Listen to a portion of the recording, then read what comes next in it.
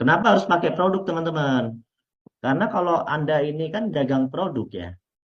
Jadi Anda harus bisa menceritakan produk itu dan setidaknya ada satu produk yang Anda bisa rasakan sendiri. Satu aja di antara banyak produk di PT BES. Ya, Anda minimal pakai gitu. Jangan semuanya cerita kata orang, tapi Anda juga harus pakai produk itu sendiri, bisa menceritakan produk itu sendiri. Karena kita ini sebenarnya sedang membangun jaringan pelanggan produk. Jadi semua reseller harus menjadi pemakai produk dan pelanggan produk itu sendiri, bukan cuma jualan, bukan cuma jualan gitu. Kalau cuma jualan itu nggak benar-benar bisa jujur merasakan produknya. Karena kalau Anda sudah memakai produk, kalau ada orang tidak percaya, itu sebenarnya nggak akan membuat Anda down. Kenapa? Karena Anda udah merasakan sendiri. Beda dengan orang yang cuma jual cerita. Ketika ada orang bilang aneh-aneh, dia pasti down. Karena dikira ceritanya mentor-mentornya itu bohong. Gitu loh. Dia kira cerita orang-orang itu bohong. Karena dia sendiri nggak pernah make. Nah, ini secara psikologis sangat sangat sangat penting gitu ya, sangat penting. Jadi kalau misalnya Anda nggak pakai produk, keyakinan Anda itu belum 100% terhadap produk dari base.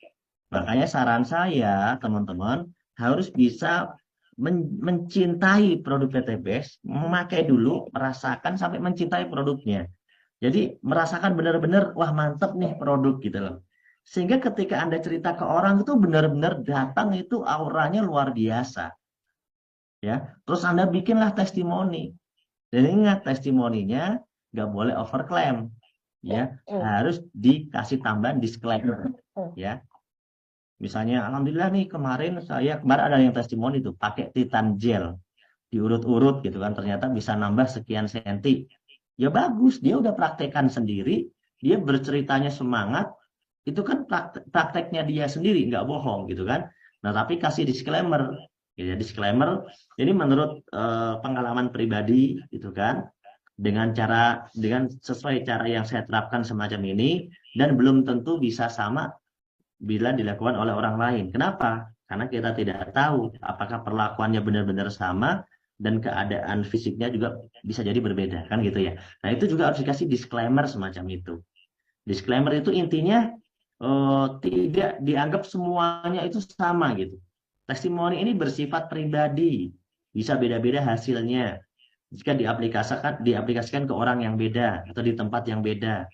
Itu namanya disclaimer. Paham ya?